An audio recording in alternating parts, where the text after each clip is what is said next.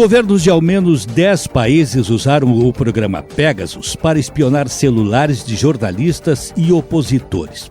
Isso foi o que revelou uma investigação feita por veículos da imprensa internacional. Criado por uma empresa israelense, o Pegasus é uma das armas de espionagem digital mais modernas já feitas. A questão da segurança cibernética, ela não envolve só esses aspectos aí. Ela está envolvendo vários países pelo mundo. O Brasil é um dos alvos dos hackers. Basta ver o que nós tivemos aqui do próprio Rio Grande do Sul. O nosso Tribunal de Justiça foi alvo dessas ações, assim como a JBS e outras empresas no país.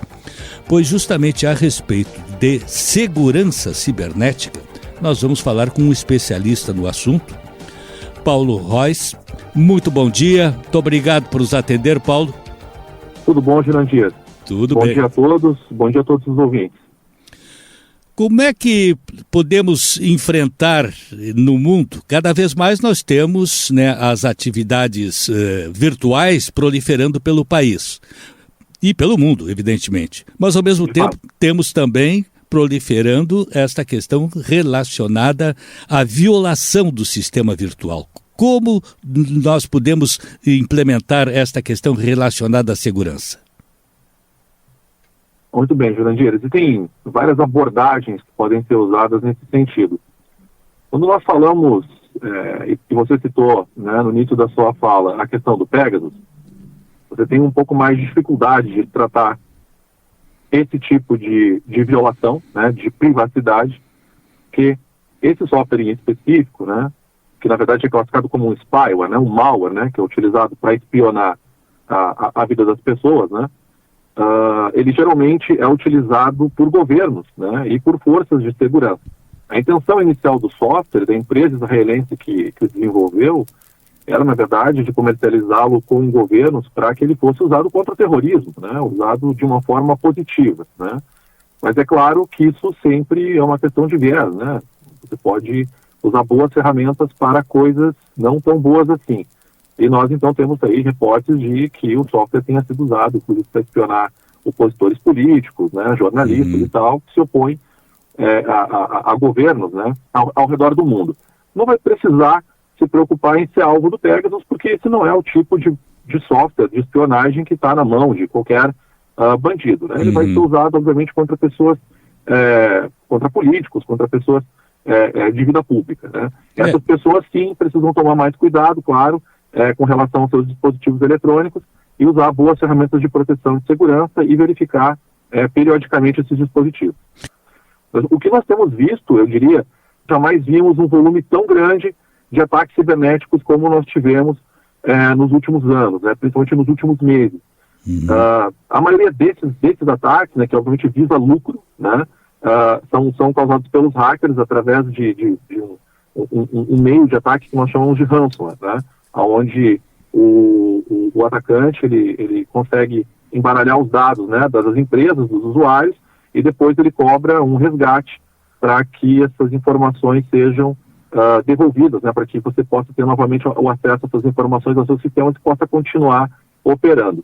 Não bastasse isso, o hacker, usando esse tipo de meio, ele ainda exfiltra, ele copia, retira de dentro das organizações informações privilegiadas, geralmente informações confidenciais, e depois cobra, faz chantagem com as empresas para não divulgar essas informações. E aí, para se prevenir contra isso, como deve agir, no caso, a empresa e até o cidadão comum, Porque o cidadão comum também é alvo dessas ações, Hoje em dia, Jurandir, mais até do que no passado.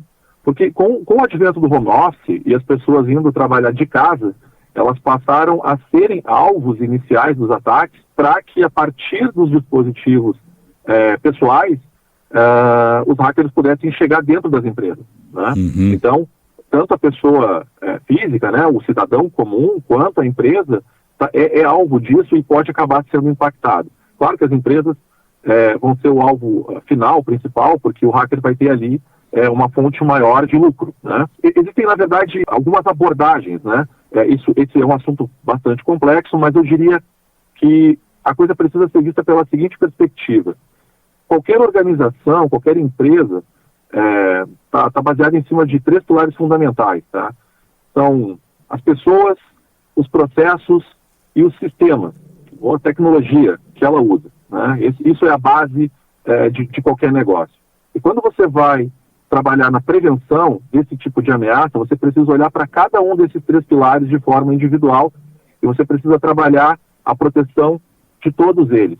Então, quando a gente fala em proteger processos, a gente está falando aqui de ver o que a empresa faz, o que a organização faz, ou no caso do cidadão, o que ele faz, qual é o comportamento dele, né? E usar das melhores práticas, né? As empresas têm à disposição uma série de normas, uma série de frameworks, como a gente chama, né? Que são documentos criados para orientar as melhores práticas, né, dentro das empresas, de forma que esses processos possam ser realizados de forma segura, né? Quando nós falamos de sistemas, a gente está dizendo que as empresas precisam investir em segurança dos seus sistemas computacionais, das suas redes de computadores, da nuvem, dos seus colaboradores, da estrutura de home office dos seus colaboradores, porque o alvo físico dos hackers acaba sendo esses sistemas que as empresas possuem. E quando falo aqui de proteger, eu não falo apenas de comprar produtos de proteção.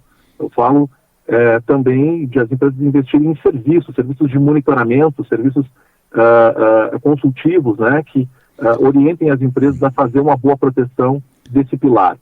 Finalizando, o último pilar que eu diria, e acho importante citar esse e dar ênfase nele, são as pessoas, e esse é o elo mais fraco desses 3 pilares, porque é com base no comportamento dos colaboradores, das pessoas e do cidadão comum, né, que os grandes eventos desse tipo acabam acontecendo. Então, quando a gente vai olhar lá, vai analisar por que o evento aconteceu, Jurandir, vai descobrir como foi que o ataque aconteceu, como é que chegou lá dentro, como é que o cara conseguiu colocar o malware lá para criptografar as máquinas, para roubar os dados.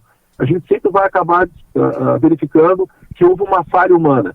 Ou seja, o cidadão ele vazou sem querer o dado, ele deixou a senha dele desprotegida, ou ele criou uma senha fraca, ou ele acabou caindo num golpe aplicado, como a gente chama, através de engenharia social, onde ele foi ludibriado, né, para entregar informações sensíveis, e essas informações do usuário, por conta, muitas vezes, de uma falta de consciência ou de treinamento do usuário, que estão à porta de entrada inicial, na verdade, desses ataques. Então, a conscientização dos usuários, as empresas terem também investimentos nessa área, em conscientização das pessoas, é fundamental para que você possa proteger esses 3 pilares e você possa ter alguma maturidade em relação à segurança.